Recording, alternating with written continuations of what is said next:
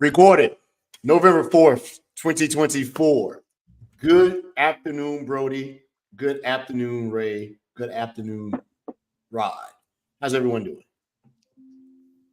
Fantastic. And everybody answer at once. Yeah, I'm doing good. Brody, how are you? Not bad. Ray, I have a colleague, and he's like, Canadians always say not bad, and I'm now playing it up that I'm answering not bad. Not bad. So what kind of answer great. is that actually? Not bad. That's non-committal on very measured, so many levels. Measured response. You know, you don't want to be on either side of the spectrum. You want to live in balance. Not bad. That's why I'm super excited for this week. It's a week of balance on this continent. Yes. What does that mean? Yeah, what does that mean? Rod has a vote under his name. Yeah, and I have a nervous neighbor under my name. Gotcha. Okay, I was concerned. Like I was thinking of Ned Flanders, Homer Simpson. Like here, I was like, what is happening in Canada? We're all tuning in to the news, eating ketchup chips, nervously laughing. Ketchup chips. You see Rod's tag is distinctly polar opposite of mine. I feel so my hands are tied. I don't know why mine is great parlor. I just want everybody to be super clear on that. That's not any. I didn't realize that somebody could just make an executive decision and be creative director. But that's good. Good. It's good. One day I'll have a parlor and people to entertain in said parlor. Hey. Lots of jokes there. Yeah. You have a parlor, a den, a den, G-shack, dungeon, whatever. Okay. Man cave. I would love a man cave. You know what? I used the word in the car yesterday. I used the word brothel. Why would you do, Rod? You literally bring up the most interesting topics that are. And my 15-year-old daughter, she's homeschooled, so she's smarter than the normal kid. She knew what it was. She knew what it meant, and I was super happy that she knew what that old word meant. Brothel. Yeah. Yeah. I don't know why parlor makes me think of brothel, but it just. I don't know why. Parlor is the waiting room. Or the brothel. Take a ticket. Someone will be with you shortly. Hey, let's get started here before the show totally goes down the wrong path. I feel like we're there. I feel like we are there. Sure, so we can pull it back. I'll go first. Interesting email that came out. They came from Microsoft Threat Intelligence, and it was reposted by one of the guys over there. It's a little bit. Well, is it ever dated? It talks about Midnight Blizzard being up to their nuances again, and Microsoft Threat Intel blog. I'll give this over to Rod to put in the show notes. But Midnight Blizzard is, doing the same tactics, but adding a few more little nuances to it because they're using RDP files that are being misrepresented as other files. And if you know how to manipulate RDP, you can actually run a PS session. Well, I'm sorry, totally different thing. You negate the reason to use RDP if you start using PowerShell for your remote connections, but you can actually have a RDP session run and the user not know. So you're starting to get these files where people are double clicking on it, and now it's running whatever method of attack vector to open up an RDP session. And no, you're not going to see your mouse move, and no, you're not going to see these things that may indicate yes or no. I think this is probably going to be more targeted for non-enterprise type accounts that fall prey to it, because I could see very quickly how this would be picked up by any enterprise that's using any modern EDR for stuff coming back. However, it's the big picture. We're getting ready to get into prime hacking season. Why? Yes. It's November. Why? Well, number one, I would say election season, but also more people will be off from work, checking personal email and clicking on nefarious things. No, that was number 4. Oh, number 3 would be the consumer. America can't wait because I'm seeing Christmas trees and lights already out. So you're ready to do that, right? Yeah. But the other thing is, for the majority of the country, this is the cycle where you sign up for your company benefits. So you're starting to see the fake links. Sign up for your this, sign up for your FSA, HSA, and you see these things. I got quite a few that come in. So that's a known day. Like, this is the best time to do these things, like Amazon Prime Day. But when you look at it, who are they targeting? government agencies, higher education, defense, non-government organizations. Well, that sort of goes contradictory to what I thought. But then when I thought about it, yeah, all of these, they're getting ready to sign up for benefits, new elections, stuff, benefit elections. Has Microsoft been targeted by this campaign? Of course not. The TI is there for whatever reason, various reasons why we're looking for this type of stuff. And what systems are being affected. So remote desktop is still the mainstay of a lot of administrators' daily toolkits and everything. It has to be used properly if it's just random in your environment, and you, especially if you're just letting non-admins be able to do it or non-critical machines be able to run RDP, you're asking for it. I think, I guess last week, Samantha sort of said the same thing. Don't do that. And we should start using, more robust and loggable. We log PowerShell activity, but very rarely do we log RDP sessions. So I'll put this in the show notes, and then I'll send over the logging stuff that I learned from that 508 course to talk about what are the effective logs to log RDP activity. Because if you don't know what to look for, it looks totally foreign. When you look at logs, it's actually flipped. The system that's being represented is the system it's connecting from. And if you knew that that's the adversary, not the target machine. So I'll do that. And that's all I have for today. I'll give this over to you, Rod, for the show notes. Okay. What about you, Brody? Mr. Special man, so special. Did you say you had a special project you're taking on? Special. Sorry, you broke up there. They're all special. All my customers are special. What am I working on? I'm swamped. I'm definitely working on my own backlog. Yeah, it's good. I am working on working with an organization to help define their security standards for Azure Purview and Azure Kubernetes service. And I'm also working with another organization on some Azure policy security review efforts to facilitate their new landing zone design, which is neat because I haven't done that before in a professional capacity. So that's super fun. And the third company, we're designing like an all-up framework for their security teams, like across all the different zero trust pillars, which is cool, and they're really fun to work with. But it was supposed to be CoPilot for security, and then they changed it at the last minute because they swapped CISOs. So now I don't get to work on CoPilot on a project, but I'm going to start working with the team internally to develop intellectual property abilities for our consulting team on CoPilot as early as this week.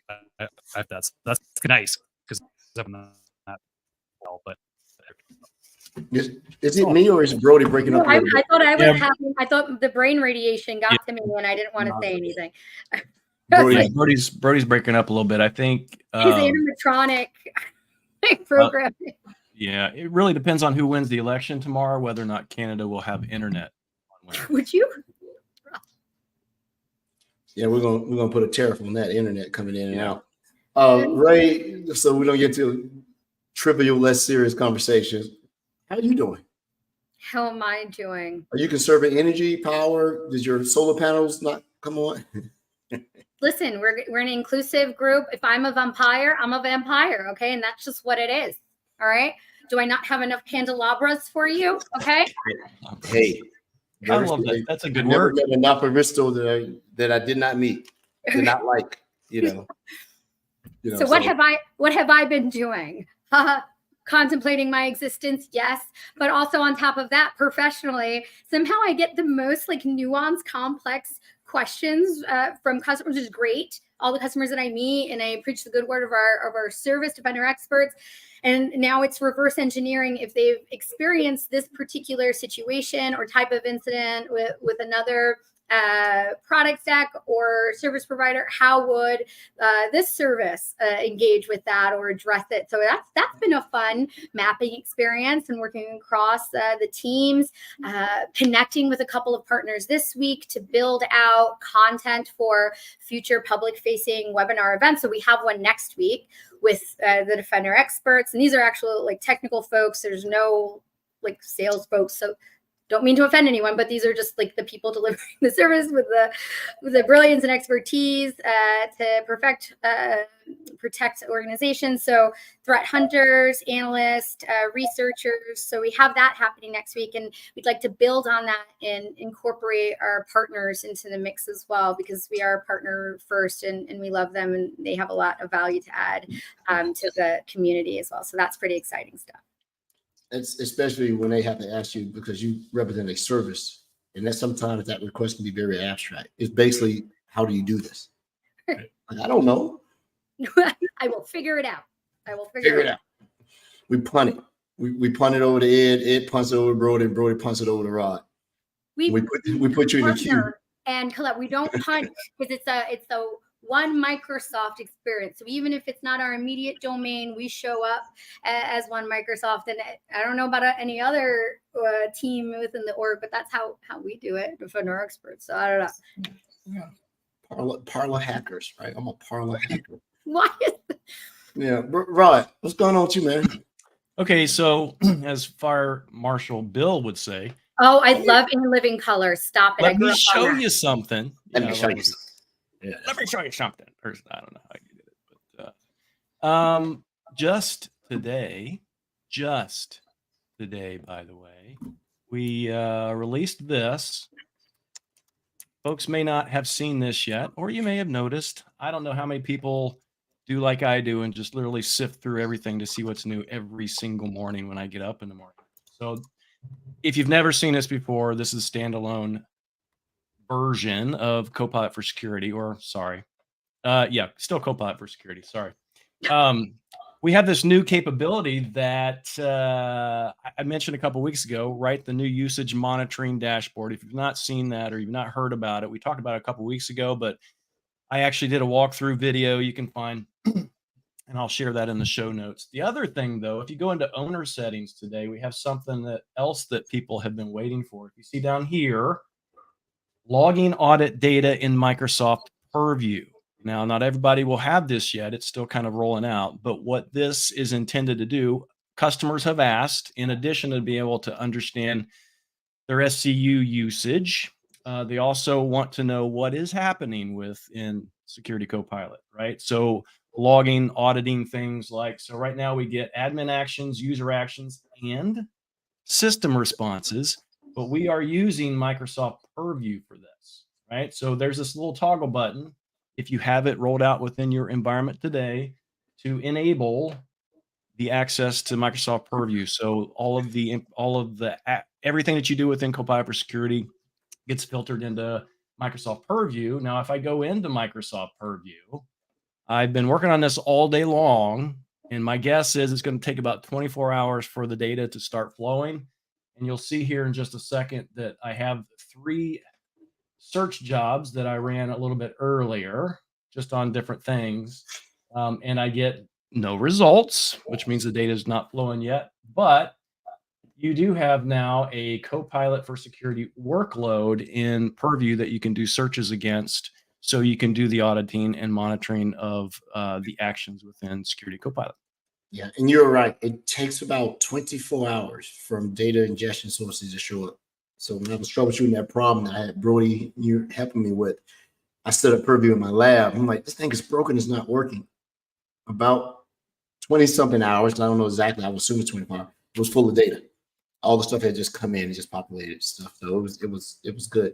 That's very cool. I think I'm gonna turn it on in my lab to see, but I need to get that Logic app set up to turn the SCU deprovision it, because I don't have to see. Yeah, I want to burn through it. Our good MVP buddy Morton, who we'll see at Ignite in a couple of weeks, he has not just a Logic app, but he has a method to be able to do that on a schedule. Like when you want to run or want to use Security CoPilot, it'll ramp up your SCUs and then ramp it down.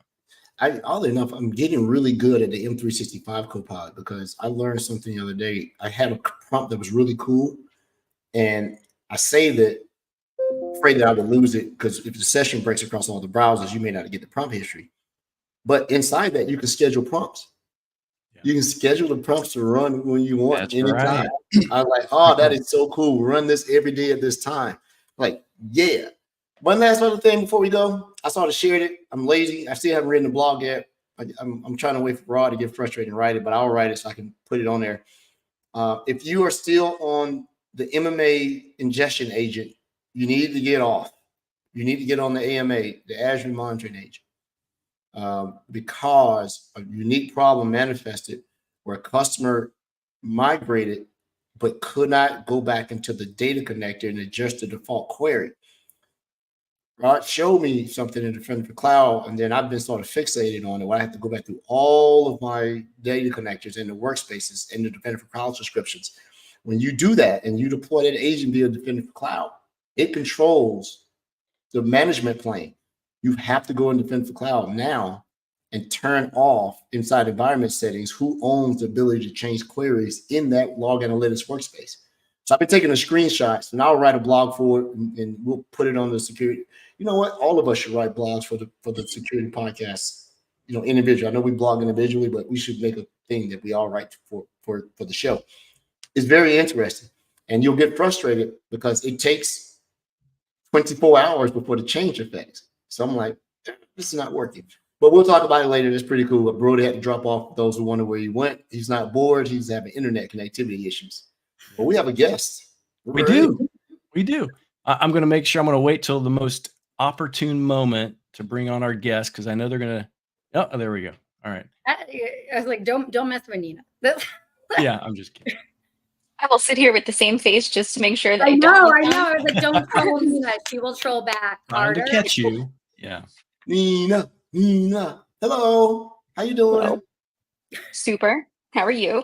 I'm all right. Very good. Hey, would you, by the way, we didn't do that properly. I apologize for that. We brought you on. Should I go back out? No. We'll keep going from here. We can fix it later. I have a rolling chair. It just popped up. Oh, there you go. That's actually pretty good. I know. Amazing. That was pretty good because you did it from the proper side of the screen and everything. You've done this before. 1 or 2 times. This is the first Not time. her first rodeo, Rod. Yeah.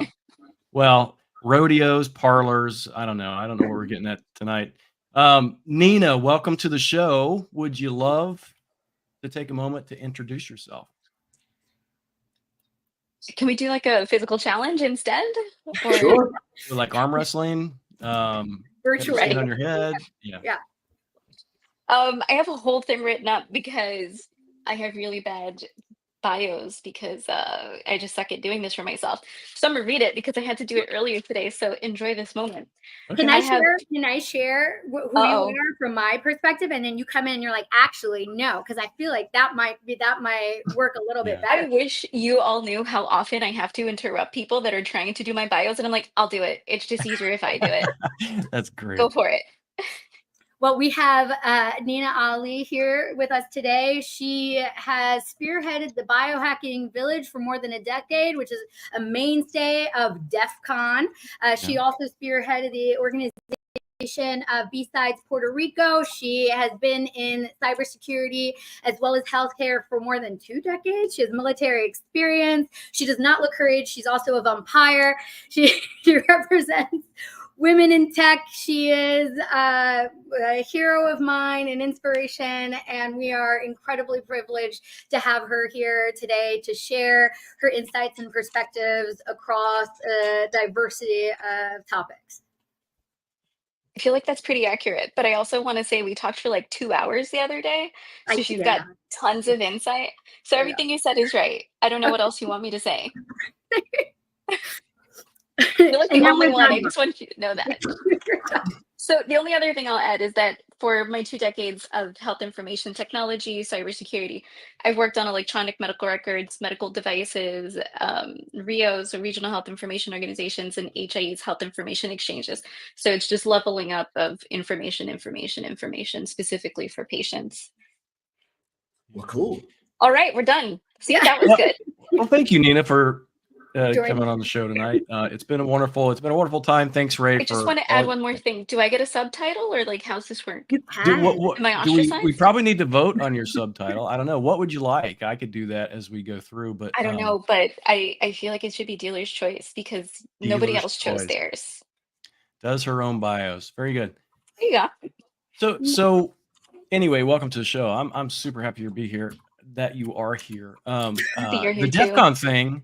The DEFCON Yeah. thing has me super intrigued because Me you've been too. doing that for what, 10 years? Is that 10 what I years. read? Yep. That's crazy. Explain Yeah. that to our audience, because we have some folks that have never been to DEFCON. Imagine that in the security realm who has not been to DEFCON, but explain Sometimes what that it's is. cost prohibitive, I will say. So for us to, yeah, I would say, like, ooh, Edward's like she's starting, but I want to make that see, because Nina, I'm real. We had a conversation. Can she be real? We can be real, and so not everybody has access, but we're that's something that there's an opportunity there to be more aware of that. Well, and I think in that respect, Ray, I think you paid for yourself to go, right? We've talked about this before. You thought it was super valuable and super important enough for you to like, hey, and so maybe we need to discuss what DEFCON is and how it is this valuable thing that maybe if people don't have that opportunity, maybe it's something they absolutely want to look into. So what is this DEFCON thing?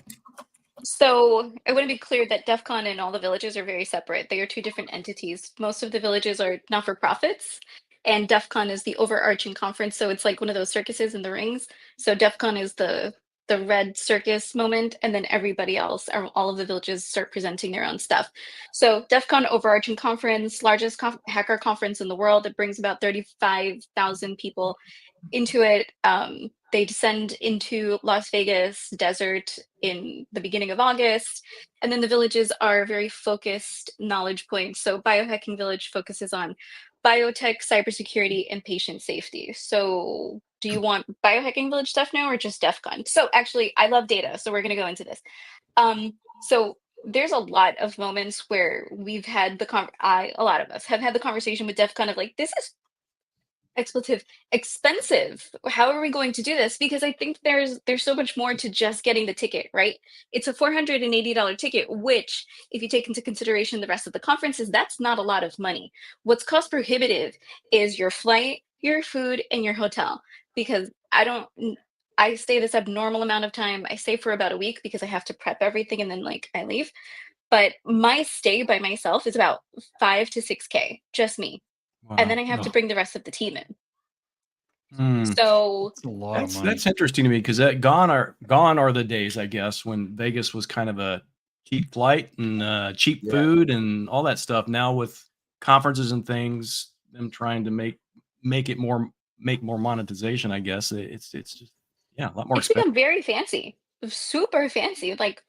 But it's also our industry has gotten fancier. We've all recognized that we can become our own business people, and we understand how business planning and cost and value function now. So none of us are really staying at some of the lower end hotels. We're all like, no.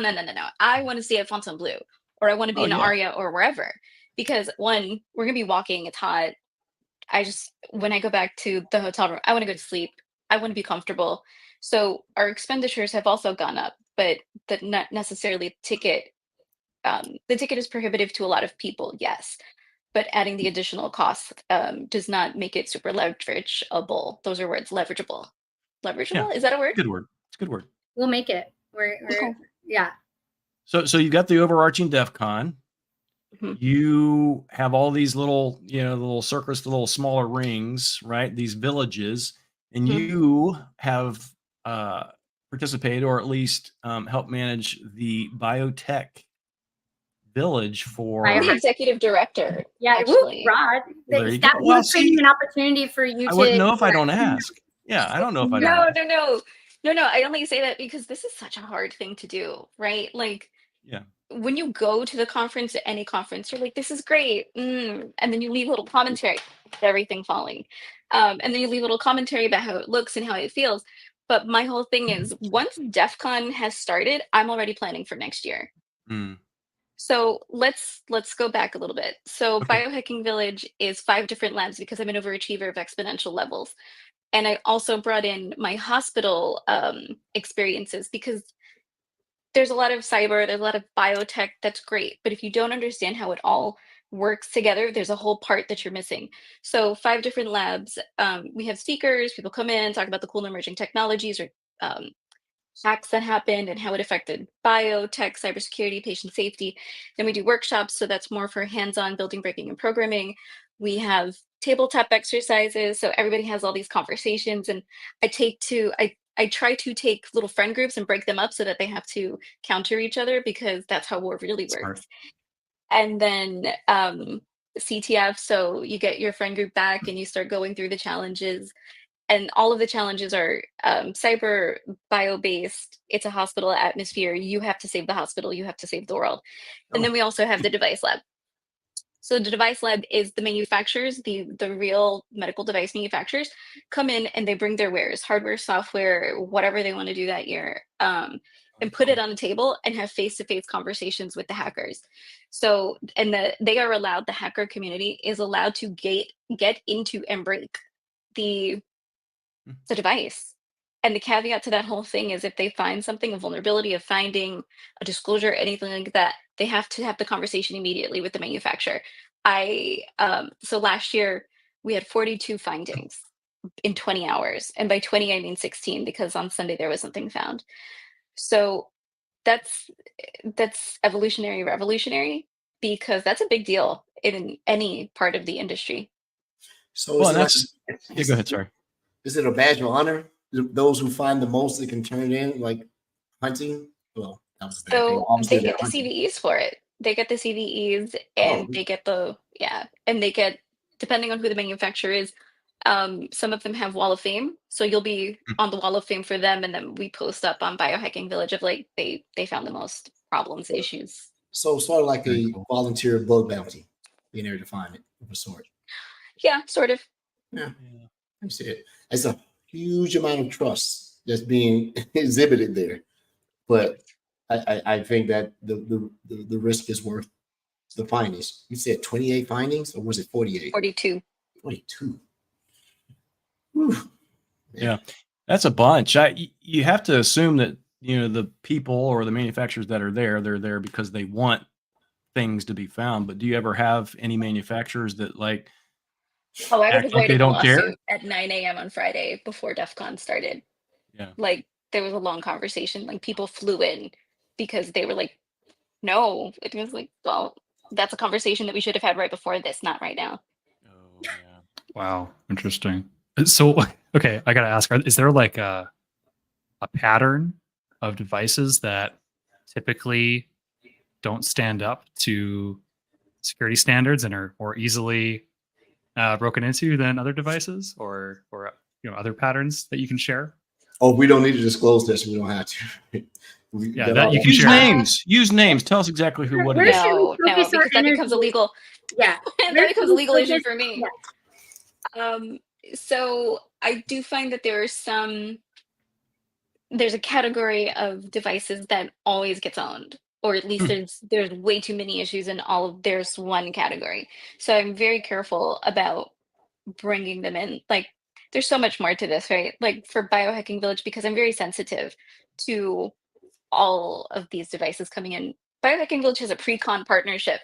Like you can get all of your stuff tested with some of our people just to make sure that you are as intact as possible when you get to Defcon. So because the life goal, for at least for me, is not to throw down and be like, we opened your device up and you got owned, ha ha ha. It's more like, look at you, overachiever. I am so excited. You did great. So much safety. Wow. That's the goal. I want everybody to walk out and be like, nothing happened.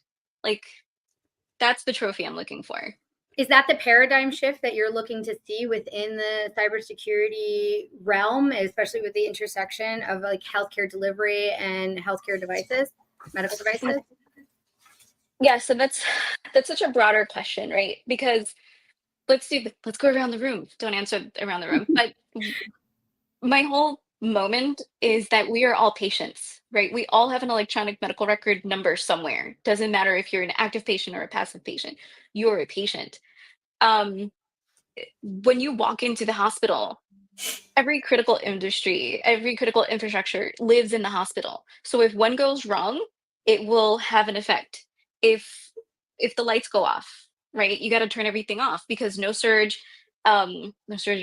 They will put those extra battery things that I can't remember what they're called right now. That, yes, they'll put the generator up and that'll be great, but you have a very finite time with that. Mhm. You're waiting for these patients, which means now these other patients that need surgery are not getting surgery because you need to reserve that. If there's no water, that's a different kind of problem. You can't feed people, you can't cook, you can't do surgery. So there's just so much, everything piled into the one critical infrastructure that is healthcare. So when people talk about, what's important and this is important, all these things are important, yes, they all are. But at the end of the day, the pinnacle of where everything meets is healthcare. So is that the change I'm looking for? I would love for just, there's no right? There's no correct enough for any of the industry. But oh, this is such a loaded question. I think you did this to me the other day too. No, I do think to people, and I so apologize to anybody. No, I'm in for it. I'm in financial for it because I love a good compensation. argument.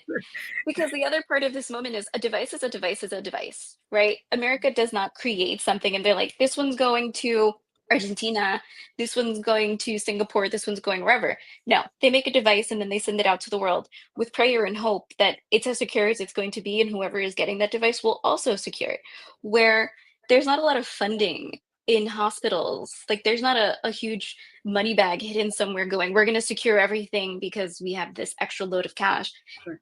Safety when you're in the hospital is a very different concept. They don't look at it as cybersecurity safety. They look at it as patient safety. So they're not going to spend extra money going, we need another firewall for this. They're going to go, no, we need another surgical robot. That's the safety level. Well, I would say.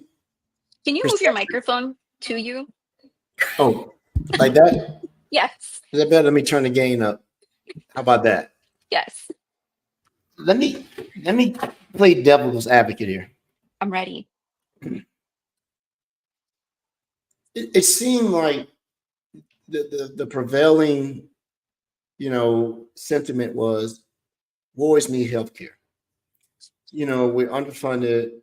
We don't have the skilled people. They don't want to stay here because, people do advertise themselves as capitalists and money making still the best people. But one thing I'm starting to see is a shift here.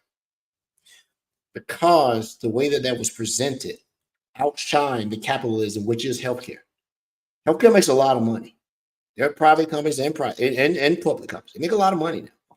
So that stuff is starting to not sway, because now when you're starting to see people look at these underperforming and underfunded things, it used to be you didn't go past page 1.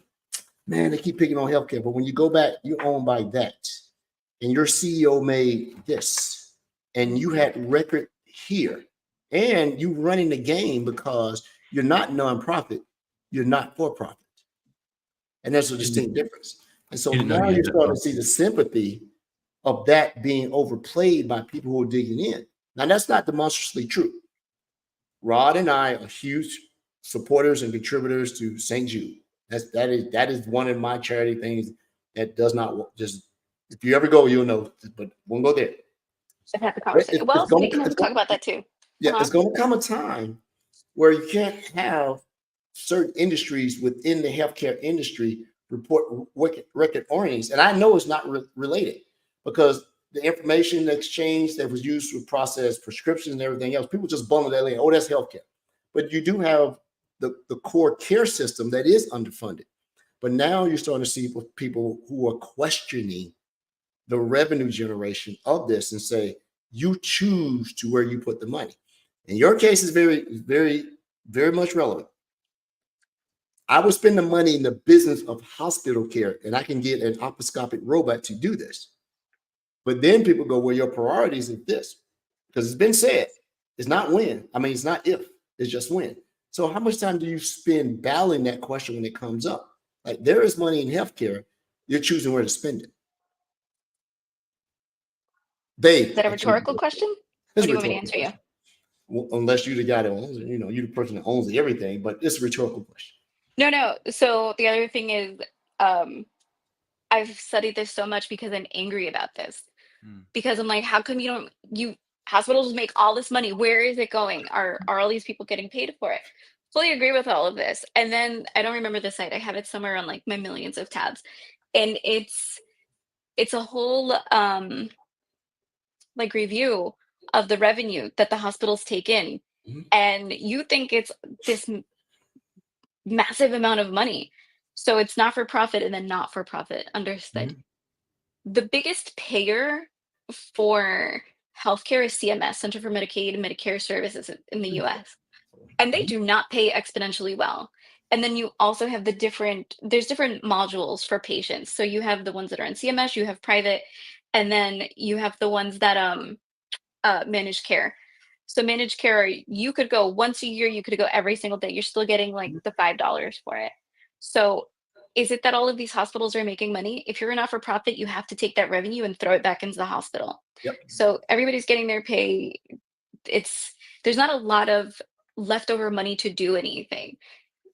I do understand that the CEOs and the board are making a good amount of money, but there's a lot of decisions and a lot of insurance that goes along with that. There's a lot of culpability. There's a lot of med malpractice that goes along with how they have to self-subsidize so that they don't go down, and then there's this whole rural area or Manhattan or whatever that has to close, right? Like Beth Israel downtown, they had to close, and they left the whole in Manhattan.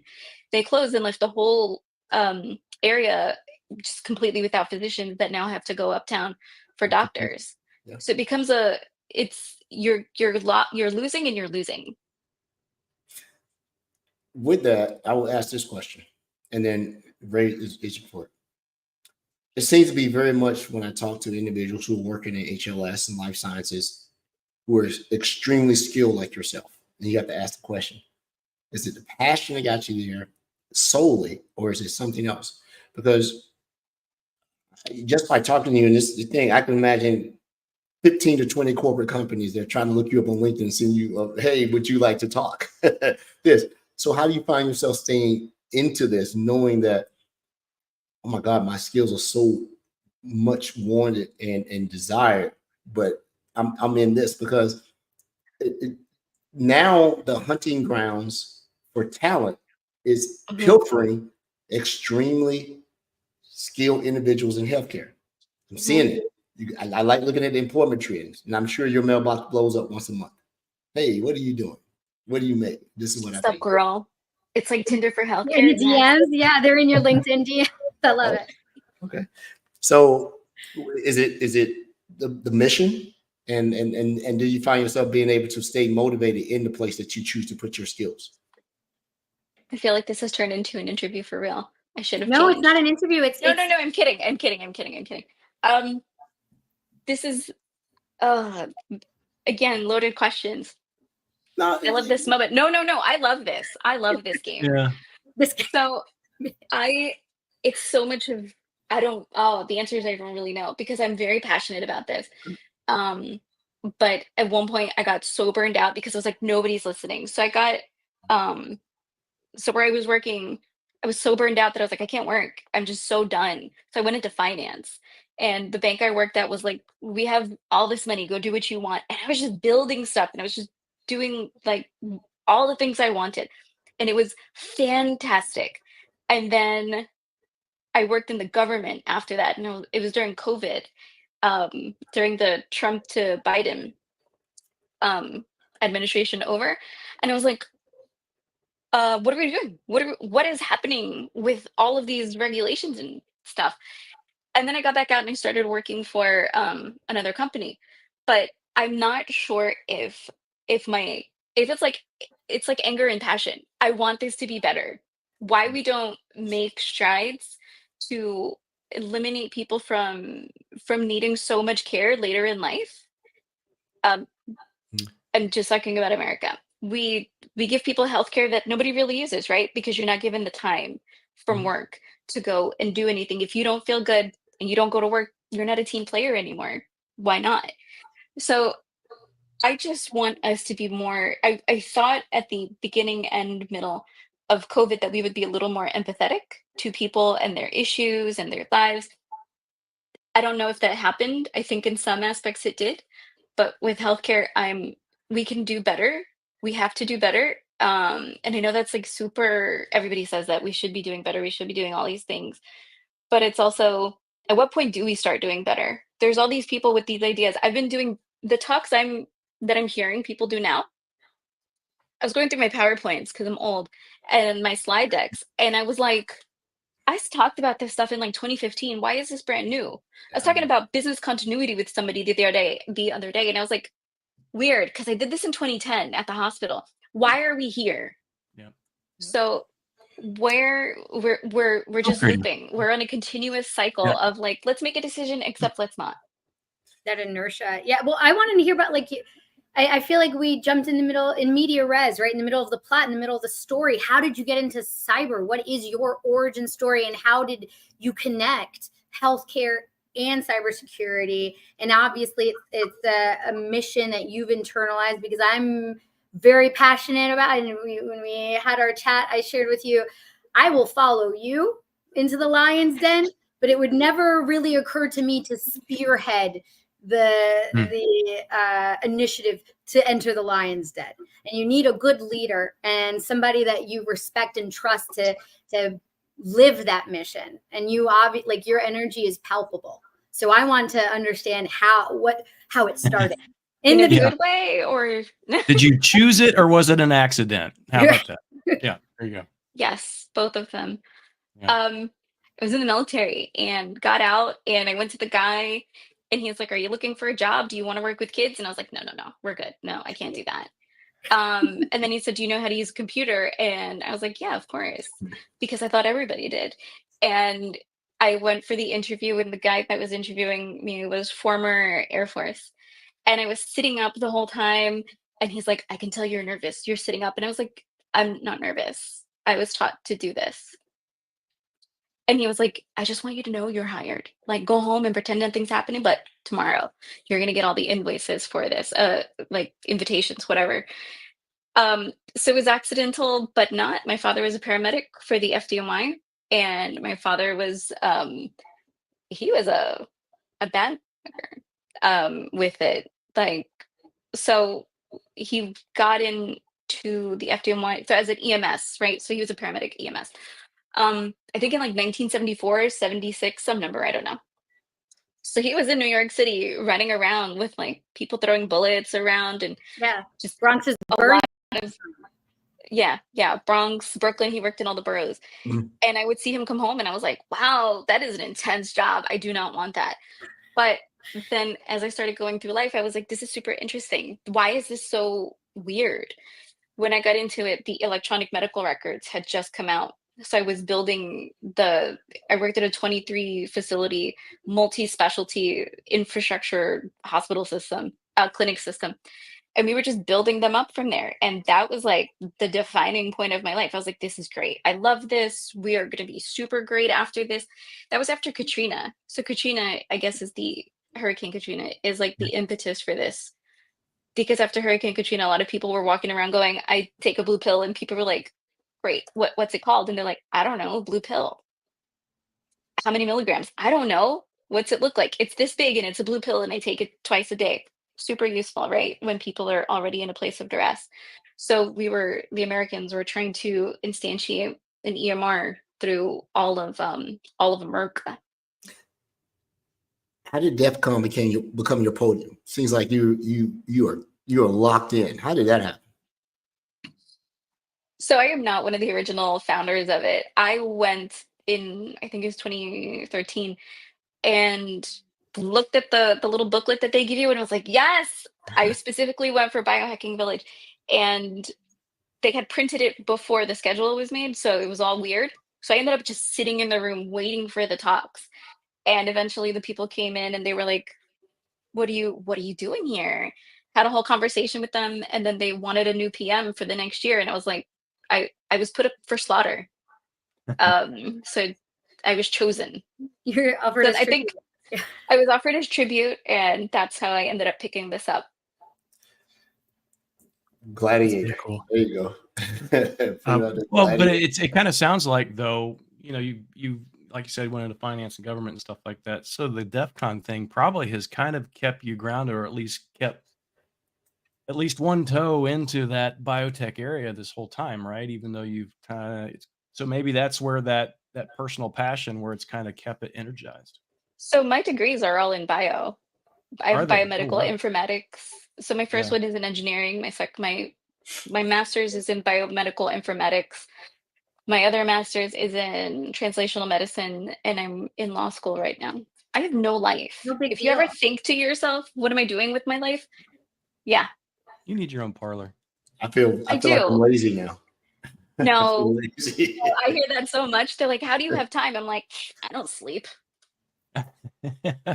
Yeah, sleep is overrated. But Nina- I you only know, need 4 also hours. I think it's I'll switch it over to Brody here in a sec, but I think the more I talk to people, the more we have this show or I talk to other people that are in security, I think we are all kind of very like-minded and have very similar personalities where we literally cannot sit still for a minute. It's not that we're busy, it's just that we have to be busy. That's how we just kind of have to live our life. I can't sit still for a sec. I have to get up, go do things and work. And I swear I will never retire. I won't be able to do it. But I think very similarly, people in IT or in security specifically, I think we just literally cannot rest. It's kind of part of our psyche where we always have to look. It's like the alerting thing for a SOC, right? Security Operations Center. We're like, oh, what's that latest alert? I gotta shut that down or something. Probably the That's overlap essentially, of neurodivergence. Probably. Yeah. I was going to Yeah. say it. Brody, you were. No, all good. That's a good comment. I feel the same thing about our team. Yeah. Nina, all right. So huge passion for what you do. You got into the Biohacking Village and Defcon. You've probably learned a ton by being involved in that. What can you or what should we be bringing back as cybersecurity professionals to the healthcare sector in order to better patient care delivery, objectives, care? And what are some lessons learned in your experience and in your opinion as well? Um, we we work with a lot of old architecture. It's the tried and true, and it works, and we're good to go, and we keep building on it instead of advancing. Um, so Microsoft being what it is, um, there's a lot of medical devices that are built on Windows like XP that still live in the world. I completely understand it's in a grave. Somebody brought it back up and then threw it back in the grave. And Windows 95. So right now I work in regulation and compliance for cybersecurity. And one of the comments recently that somebody gave me was, there's just a lot of changes to Microsoft and we're not really we can't keep up to date with it. And I was like, that's not how that works though. You have to, because this is going to end of life at some point. 11 is going to end up ending of life, end of life. And then we're going to 12 pretty soon. I think it's in 2025, April or something like that. And I was like, you can't, uh, any all medical devices are part of someone else's infrastructure, and that is how you have to look at it. You are passing on the issues to someone else. You can't just wrap it in a firewall or wrap some other control around it. You need to actually do the work and ensure it, because the new regulations, they're not kind anymore. The regulations for healthcare have been going on for 10 years, and now they're like, you got this, go be brave. And everybody's like, what do you mean? What do you mean go be brave? What is that? And it's that the 19 steps with the sub steps should have been, you should have been acclimated already. None of this should be hard. So I think the prominent thing is we have to be okay with change. I do understand that there's a lot of fiscal responsibility that goes along with that, because you may not have the people, you may not have the resources to do the things. That doesn't negate that you are responsible for the items, the devices, the products, applications that you put out in the world, because patients are dependent on this, legit dependent on it. Agreed. Okay, so very good point. Now, can you help me understand No, I don't understand why? either. But do new devices not get built with like the latest operating systems, or are we just talking we are keeping things online that are so old and there's no budget to replace them, and Yeah. we don't care that there's no updates, we're just going to roll with it? Like, is that Not that just they the don't care, situation? that they've accepted the risk, and there isn't like a change management effort in a charitable This is way. loaded. This is loaded. Have you ever seen a surgical robot? Thing is, On the internet. Maybe? so we had one this year at the Biohacking Village, and so we had 10,000 square feet, of which this device took up easily 2,000 square feet by itself. And that hospitals are built around some of these machines. Like an MRI machine, you can't just dismantle it and be like, throw it away. These are gazillion-dollar devices that are supposed to last. So telling people, oh, well, we have to upgrade this whole thing, that's a lot of cost. So it's figuring out, there's, again, like there's contractual obligations that the manufacturer is supposed to be under. There's a lot. I feel like Rod has things what's to the say. average age of equipment in a hospital or a medical environment? Because I'm thinking, in my mind, I also like sci-fi. I'm thinking, but at this point, you talk about a surgical robot. I'm thinking, man, I've got this android sitting there working on my auntie, and she's going to do a great job because it's the most current, most efficient thing that we have. And you're telling me that my auntie's getting operated on by a 10-year-old robot who, is that the case? Depends on the institution. So it depends on the institution, but it depends on what software level these things are at, right? Because if you think about a hospital, how many device kinds, types, different manufacturers does everybody have? You have to, in case of something happening, you have to test every single one of these devices. And then what service level is this thing at? So now you have to test that. And you can't test it in a silo. You can't just test this one infusion pump. This infusion pump connects to the EMR, which connects to other things, which connects. You have to do this in a complete complete hospital atmosphere, right? So which hospital has that available? So from a cybersecurity skill set perspective, knowing these devices are, you have a lot of legacy devices sitting around, you have to keep a really deep depth of knowledge for all of these things for like the past 20 years. Is that right? That's approximate. So I can see your frustration from before wanting to go into finance and everything else, because that could be severely frustrating. Well, we act as though we've talked about the same topic several times on this show over the last 3 years. This was a deliberate act. If we keep thinking like technologists on this show because we're smart. Brody's made fun of me that I was a salesperson. And you're right, I am. But I'm absolutely a business person. This was a deliberate act. If you go look at the boards of these hospitals, they have exercised technologists off their board. And the board is not the leadership team.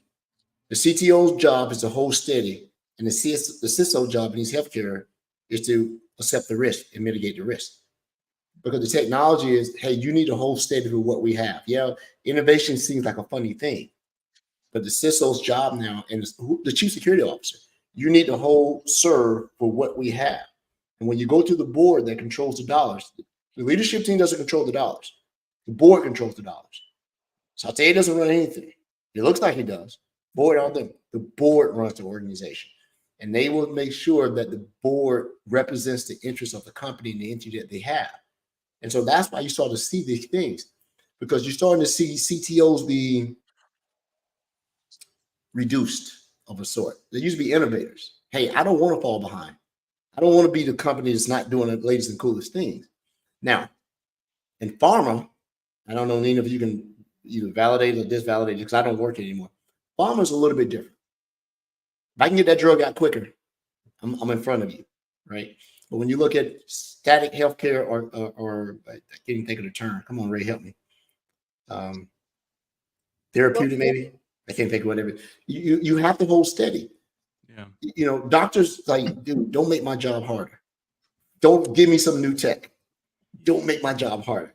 So it's not an easy fix. Everybody likes to beat on healthcare, and if you are, you're wrong. You don't almost understand. Like you should be able to choose. I want a discount because I was operated on with a 10-year-old robot. No. So there's a lot here, right? Let's unpack this. Yeah.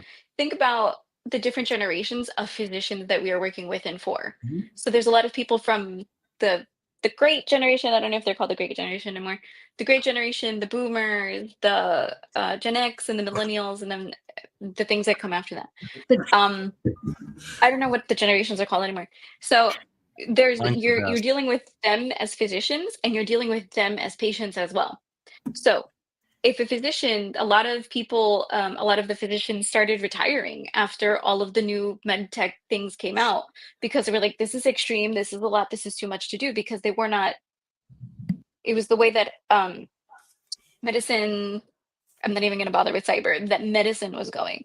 Everything was becoming more technological, and we started losing a lot of people. So I understand this whole thing of like, I lost my train of thought because I was trying to unpack everything too fast. Keep Because going. we're not bringing together both the physician perspective and the technology. So it's more than that, right? Because you also have patients that are in need of all this care. How many, my grandparents are still alive, right? And they're in their 80s, 90s. Do they know how to use all the apps that can make an appointment or check on their care or do anything else like that? Not really, no. But I do. And I can make all of these appointments and everything else for them. But that creates a different onus on me to continue to support them.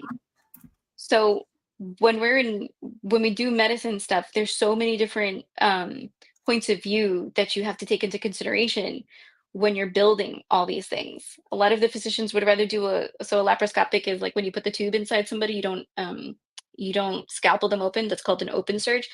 A lot of patients want a lap surge now, so that you get in, you get out, you go home. There's a faster recovery and all of that. That's a different generation of physicians that are doing that. That's a different level of patients that know to ask for a lap versus open. It also depends on the level of sickness and everything else that you're going through. So I think there's a couple of caveats in here. How much duress are you willing to put on the doctors to do their work, while simultaneously nobody goes to the doctor because they're feeling super, right? You go in for your once a year and that's like the only time you're feeling great. But how willing is healthcare to add more duress to people when they're already in a place of pain? Because the whole point is to minimize the barriers to access to care. Cause no It's harm. to do no harm. Yeah. Let's do no harm. So what can big tech do? What can we do to help bring together not just the technical controls, cyber from our very technical perspective, that change management piece, bring it all together. What can we do, not just as leaders, but we have a huge partner ecosystem. What can we do to help drive this mission, support it? Just healthcare or in biohacking? You decide. No, you got to tell me. You got to tell me, because I've given broad answers.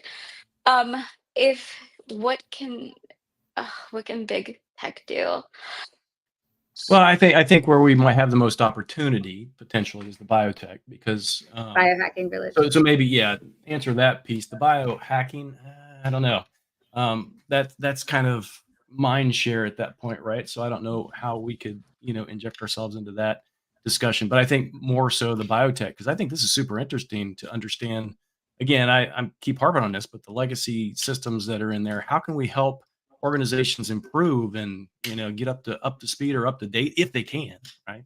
Right. So Agreed. as a fun fact, a lot of the laws are stating now that anything that is based on legacy applications has to have, once you end of life it, has to have 10 years of documentation plus end of life. So a lot of things are going to start getting canceled out and pushed aside for new stuff. So I think if we're going to have these conversations, it's not necessarily how are we going to work so much on this legacy. So let's add to that. There's other regulations now also saying hospitals are going to be super, they're going to be the arbiters of justice almost. Like if you see something wrong in the hospital with the cybersecurity, you got to point it out and you got to tell people about it so that it can get fixed.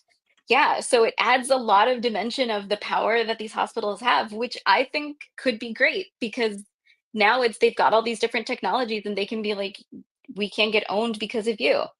Yeah. So is this a situation where big tech can help with the legacy items? Yes, because they are the mainstay of the hospital situation, right? A lot of us are built on Microsoft. So how is Microsoft going to help further the want and the need that medical, healthcare, cyber, medicine to do to secure patient safety from a data perspective, from an individual perspective, and just how do I know my data is safe based on all this? Well, and you mentioned that early on when we first started this discussion. You're a data person, and I absolutely am too. Is it there's just not enough data, or the data is bad, or not data is not being collected, in that we can expose those legacy things and those potentially unsecure situations? There's so much data, and a lot of it is unstructured.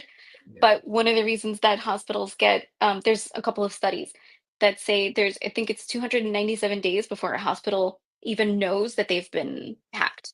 So people are just sifting around, just meandering, walking around, going, I got this data, and plucking things out and going, oh, I got caught. But they've already got the back end. So Yeah. at that point, what are you going to do? Do you start protecting when they've already picked your things apart?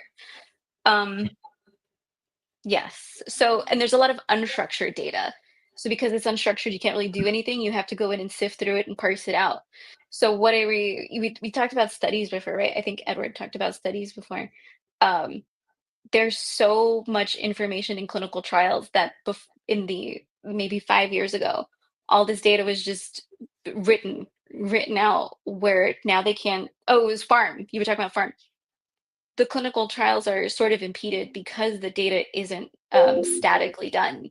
It's cool. Yeah. Here's a paragraph of everything you need to know about people.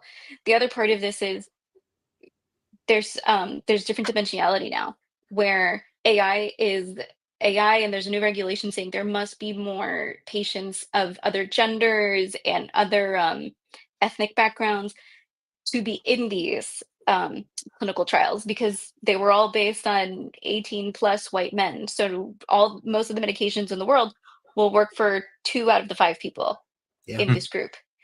Where now they can take AI, and we've all most of us have done the AI 23andMe swab. Now they're just plucking that out, going, okay, let's see how this works against genetic code. And if you go into the hospitals, you don't know what they've swabbed from you or taken in your blood or done things like that. Yeah, I think though it's hard to be a provider of care, and that's let's just say the provider of care. I'll dumb it down to say hospitals for those patients and even the individual offices, because innovation doesn't come from them all the time. Because you're still providing innovation, sometimes comes under duress, right? Mm-hmm. The only time you start to see a deviation from that when you have research hospitals who are funded to find the way. And a lot of them are tied to universities. Yep. Right? Mm-hmm. Not a lot of private entities can do this, right? Because they're going to be beholden to shareholders and not endowments, right? And so you're going to find yourself in a position where there is no spot fix. There is no technology fix. You ask, how can big tech get better? Well, it's hard to help when you're a provider of this, when you don't do this. Microsoft is saying, we will secure everything you tell us you need to secure. And we're not here to tell you what's here, but we're here to help you. And so it's hard to innovate when you at the consumer level of the technologies most often, right? And there's no easy answer to it. But I do think that there's a change that's going to come. This has to come. I know we're talking about security here, and I think it comes from what we said on the show. I've said it. Everybody said it. When you're talking about an average dwell time of 200 plus days in a hospital, when they said that the industry standard used to be that, but now with the recent polls as of 2 years ago, technology in corporate America says that the dwell time is below 60 days. Where's that disparity? Why healthcare is still having a dwell time before somebody realizes you've been compromised 200 plus days, but the rest of the corporate entities, they're corporate because they have been defined as moneymakers. So but they also have security teams. That's There's not a lot of hospitals with their own security teams. Yeah, and I'm not Yeah. berating.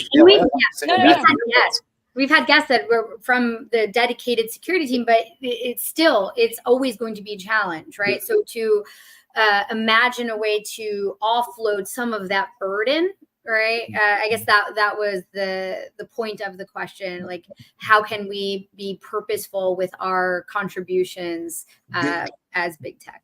Big tech And security companies that are claim themselves big tech and security companies need to partner with health care providers, and that is the secret. It's not to come in and tell them how efficient you are and sell you more. I will partner with you and put some skin in the game. You have to find companies that have the appetite for it. You got to have the appetite for it. And it's huge potential there. It's huge potential. If any one big company says, hey, don't just have an HLS division where you have people specialize in talking to jargon. Yeah. Why didn't talk to you got to have someone that will absolutely get in there and do it. And it's hard because a lot of times those are good Samaritans a lot of times to come in and do that. But I see the landscape changing because now you can't hide, you have to treat HLS like everything else and say, hey, we are a target now and there are no more scruples, there are no more boundaries. And HLS needs to put their foot down, put it down and say, hey, you're not just going to come in and sell me something. You're going to partner with me because I am doing the things. Because if all the things we've talked about, if we really need a theme month, we need to talk about this for a whole month. Mm-hmm. Whole thing. This needs to be a theme month. Agreed. Talk about this and have multiple things. And we also need not just the worker bees. We need some executives from some of these places. I don't know who has the contacts, but we need to come in and say, tell me what your day is like of being a CISO of this health group. Tell me, and we'll see from there. And then we tell them where they can improve their day. How about that? Yeah. Don't threaten Nina with a good time. So hospitals are built on protocol, right? Like if you go in with cancer, everything is a protocol. Same thing with the hospital. Same thing with the medical devices and the EMR and all that other stuff. It's a lot of this is also that they are so built into their protocols. Doing an upgrade on an EMR takes months to a year, to a year and a half to do the conversion because you have to think about the patients that you're going to be caring for or not caring for, training and all of those things. So if big tech was going to help improve healthcare, and by healthcare I mean the hospitals, because the medical device manufacturers themselves, they have a large valuation, right? They have a lot of revenue. They're going to be fine. But are the hospitals are we going to be able, as big tech, are we also going to be able to walk in and go, I'm just going to fix all your protocols? I have a huge thing with people doing that because I've had conversations with people in Congress and they're like, oh, we'll just fix this. And I'm like, no. You cannot change protocols. Or you can't change workflows that you've never experienced. Mm-hmm. So you coming in and like experiencing the hospital for a week isn't going to change what one patient's experience is, because we are all going to go in with very different issues, right? Like if you went to your GP, you're going in for a cold, you're going in for like your toe hurts and whatever else. There's so many different aspects to making this whole. So there's a whole of healthcare, like WHOLE, and then there's the whole of healthcare. Yeah. I want to trademark that because it is on my slide. It's really good. I think you should. And pithy. So, no, but let me ask you, when we talk about Biohacking Village, right? As far as I'm aware, there's never been any sponsorship. Is that by design? Like it's never been like no. We are sponsored. We are sponsored by big tech. By big tech. We are sponsored by a lot of the medical device manufacturers, but big tech not so much. I think big tech is waiting for someone to go first. I mean, really go first. Come through Microsoft. Oh, no, I'm just we're not decision makers. Apple browsers is what we are. So there was a comments from like LinkedIn and YouTube, I think, and they were talking about the regulations. There are so many regulations that healthcare is under, and they've been under for a minimum of 10 years at this point. And everything is so like planned in nuances for healthcare. And then because healthcare plus medical device manufacturers are also considered like their networking and their manufacturing, they have to get all of those things put in. So like a couple of the companies I know that that are primarily healthcare companies or medical device companies can fulfill or do something in all 16 critical infrastructures. So there is nothing but laws that are overseeing everything that is done. It's just a matter of how does that matrix work? How are you going to make it work as the company? And I guess, how do you fulfill that, right? How do you fill that brief? Well, that problem's been solved, and it took a while. Amen. But we're done here. You see that the classic solve for that problem is government contracts. For a while, it was like, the sales cycle took too long. They use antiquated software. The skill set of the people were calling it antiquated because they were doing it. So the government contracts is doing a beautiful thing. They came after Cerner. They went after Cerner. Yeah. BVA went after Cerner, and they were like, you didn't fulfill the brief. You didn't give us you gave us 3 out of the 10 things. We need money back. We need money back, and you're gonna do the thing. You're going to make it the way we want. Government contracts are getting brutal. I love it. They figured out we have to play by the rules in this, but they also realize it's lucrative because when you go through, and it's a lot of people don't get into that arena. It's lucrative if you get in and you win that contract until someone contests it, and then he wants you to go back and rebid, right? But hospitals can flex their muscle if they come together, especially if you're a huge conglomerate, to say, I will throw you out of here and use the place right here because they're at least doing the things that we are going to do. But you're still looking at process rather than a technology fix. We need more technology mindset on these leadership boards. I'm telling you, it's a deliberate. Yeah. We'll look at it. No, we want you off of here. We want this on here. And it used to be that some of the most creative innovators were the CTOs who had to do more with less. They had to do more with less. Remember, you ever come across a product from back in the day, Nina, called Vocera? Yes. They still use them. I was the very first engineer there. I thought it was so cool because it was like Star Trek. You press it and you could talk. I thought that was so cool. Yes. I took that job at a pay cut because I thought that was so cool. Like, oh my God, this is like Star Trek. But now we're starting to see less like Star Trek and more like wow.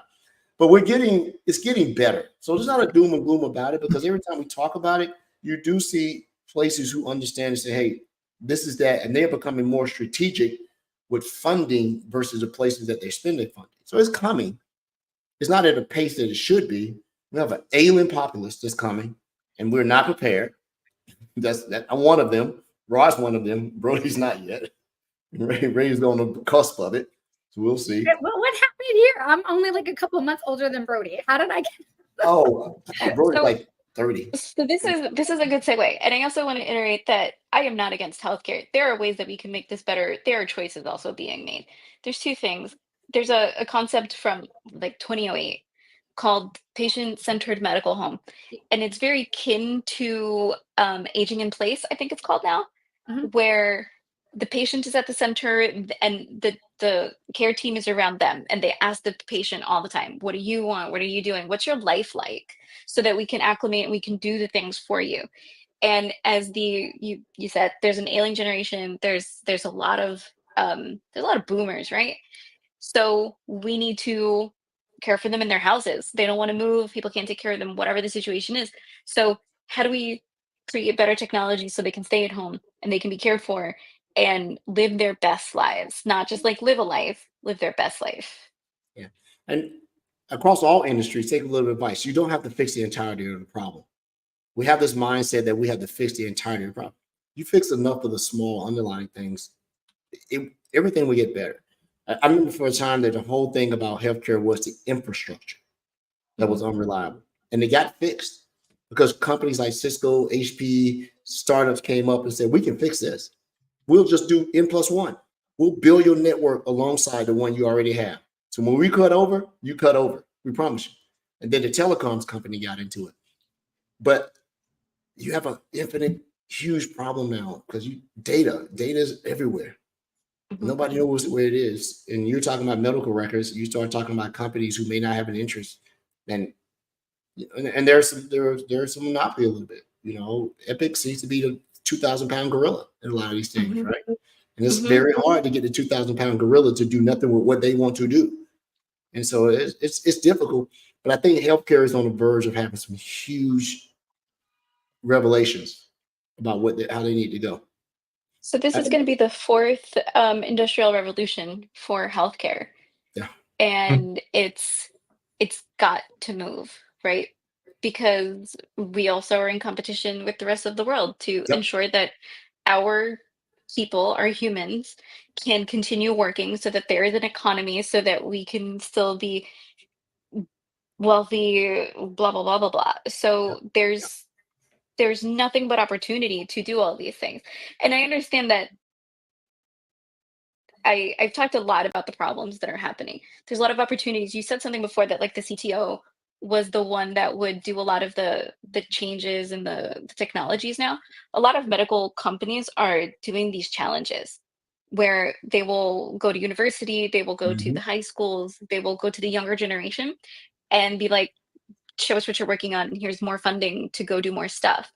Because there's so much more cool things that the younger generations are doing because there's just they're invested. There's nothing that they can't do. So they're just building stuff.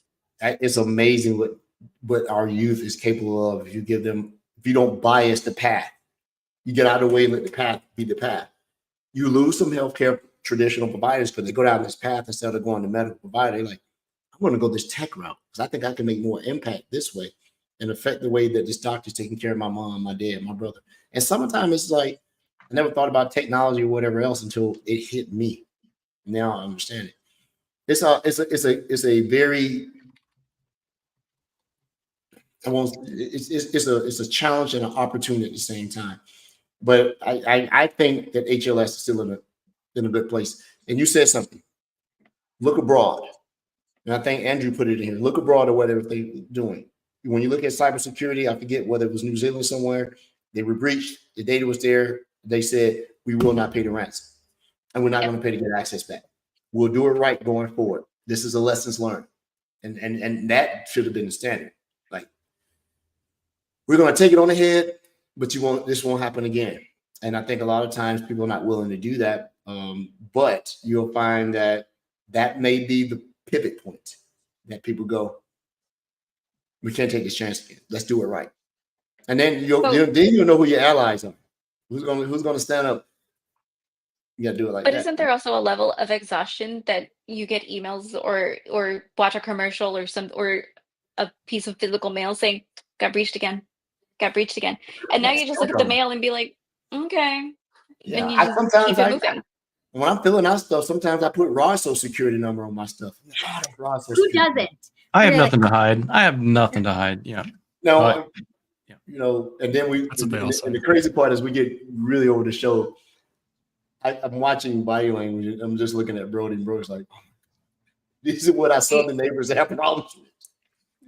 You know, my Canadian counterpart is looking at us like, Brody, I want to have Nina back again because I want to ask about like representation and do you feel the pressure? Because like I look up to you and I think that it's a big deal, and I think it's also pathetic and sad that I think it's a big deal to have a Latina lead these initiatives and be the voice of an entire movement. Like, you know, do you understand what I'm saying? Like, I want to pick your brain around that, and I think it's an important conversation. I want you to know that I was told to go wash my hair before this because it was straighter.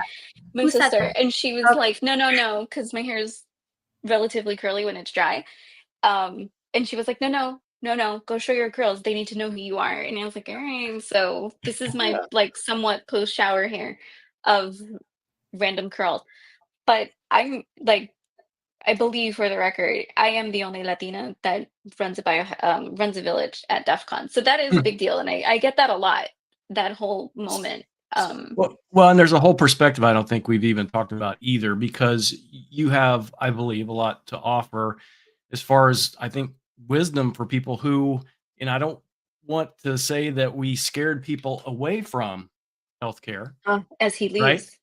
Yeah. I don't think we want to say we scare people away from healthcare, but I think you have some wisdom to share with people that, you know, the things to look out for, but also maybe some mentorship for some folks that would be interested as well. I'm invested. I love a good mentorship moment. Yeah. But everybody is a patient, right? And because today is the day before the voting for the Americans, every patient is also a voter. So like, you got to get out there and do the thing. I don't care which way you vote. Just do something. Make a decision on it. Yeah. That yes, absolutely. Yeah, Who cares? But it's the act. It's showing that you're part of the thing, right? You want to be part of something. And you should be part of something. Not just us people that can't sit still. Yeah, not just us people that can't sit still and have to be doing something. That's not. We don't vote because that's us. You vote because you want to be part of something bigger than yourself. So, Nina, it sounds like you are volunteering. or you've been voluntold that when we have this theme month about cybersecurity and healthcare, we literally could talk about it a whole month and get everybody in. Yeah. You're going to be the moderator, right? You're going to be the person that's going to, because we're going to need some contacts to get people to come on. Biohacking Village used to have a podcast, and I would I had a co-host, and I would just be like, hold on, we have to dive deeper into this. And I can talk for hours about this. This is my love, passion, and this is my demise moment. Yeah. I love this, but. And when we come out there, you're going to give us VIP into your village? You can be VIP into the village. I'm not getting you a badge. I know, right? It was like, Edward, this is not like. Ray is. Did you not hear the math in the beginning? I did. I heard. Everybody doesn't have loan money like Ray. Yeah, I don't have. Okay, listen. Well, you save money by turning off your lights. That is accurate, and also I only started traveling within a year because of my partner. To save money on lights? No, because I didn't have anyone to go with. It was just a really sad, depressing story. But here we are today, and I'm fabulous.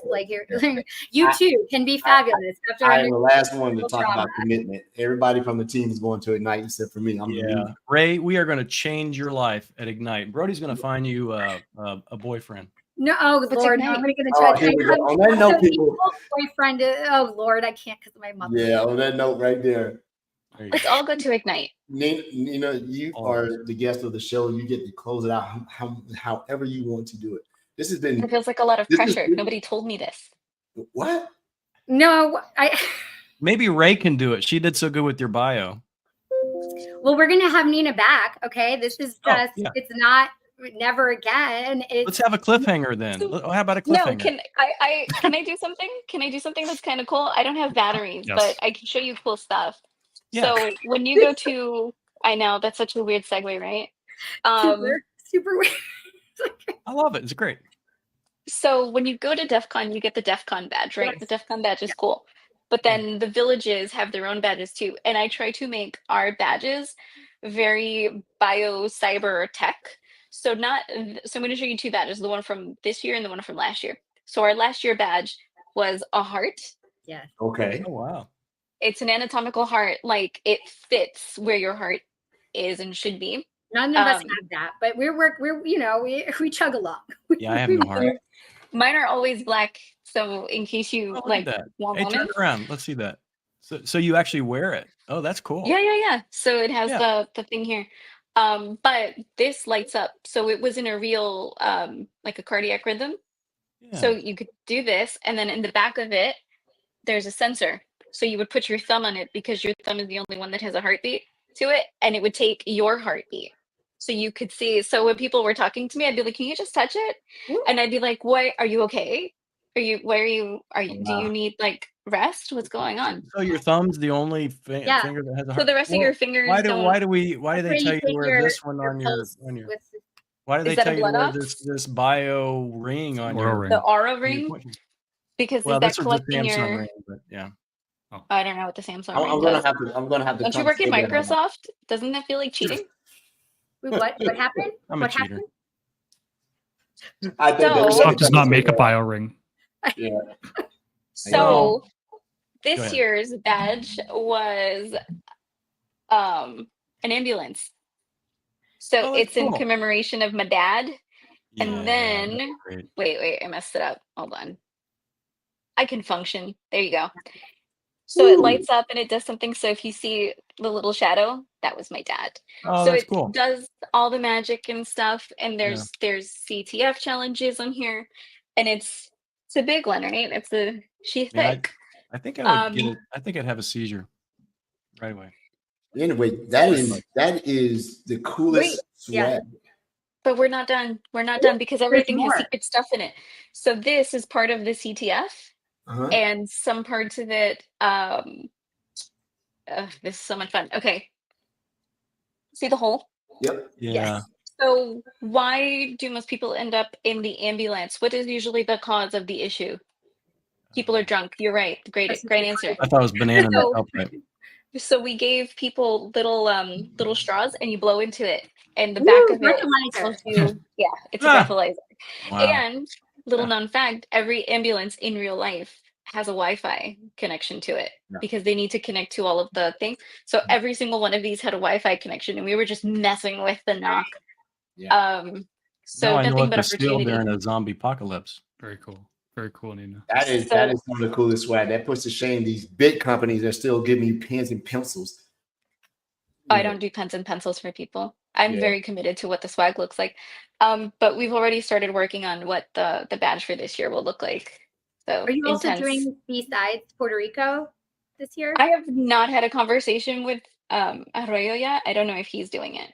Okay. I'm gonna go this time, Ray. Okay. Did you see the badges? I brought that one too. Did you see it? Yes. So it's the Taino sun, so the Yes. natives of the island. Well, I know about it, but I know. Brody And probably. then this is the El Moro. Oh, I can't find anything. So this is El Moro, which is the fortaleza, the fortress at the end of the island in San Juan. But this went in the, like it did like this, like the flag in the wind. Oh, cool. We got to get our swag game up here at the Yes. NSI podcast.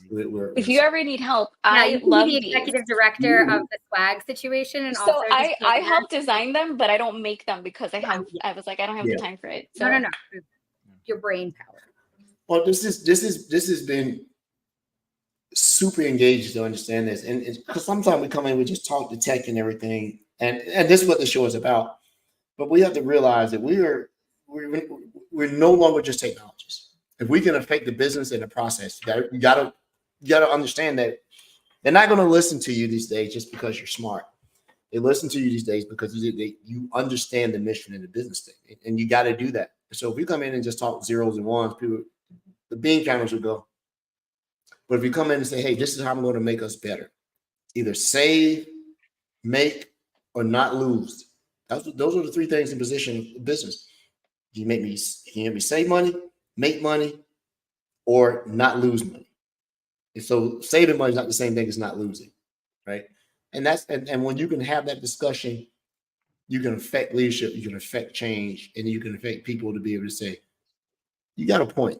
We do need to go ahead and make this initiative and get these systems updated. And now you have a champion, because sometimes the people that you're trying to help the most push back got gazillion friends, not that many, maybe 5 that are doctors.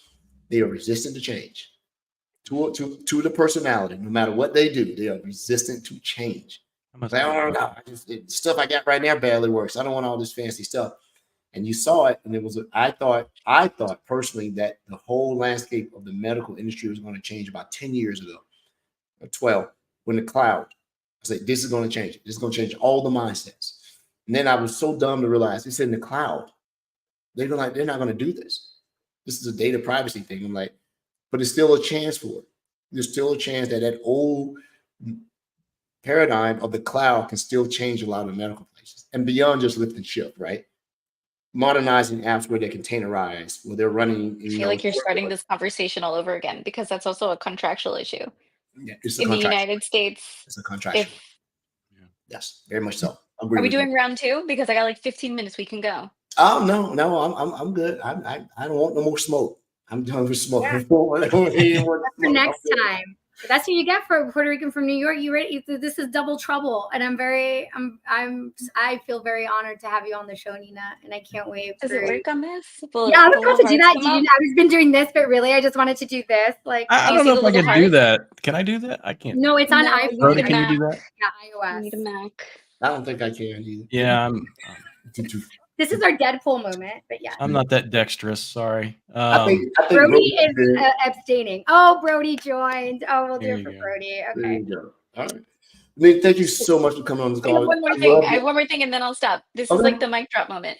So the motto mission of Biohacking Village, which works as the closer for this, is healthier tech for healthier people. That's all I want. Healthier tech for healthier people. Yeah, that's cool. Yeah. Healthier tech for healthier people. I get it.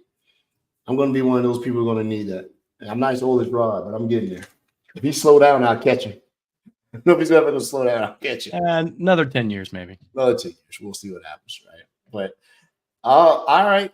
We were talking about theme months. I've said it 4 times now. I think we need to probably have that conversation, but really have it deliberate. Not just the tech people.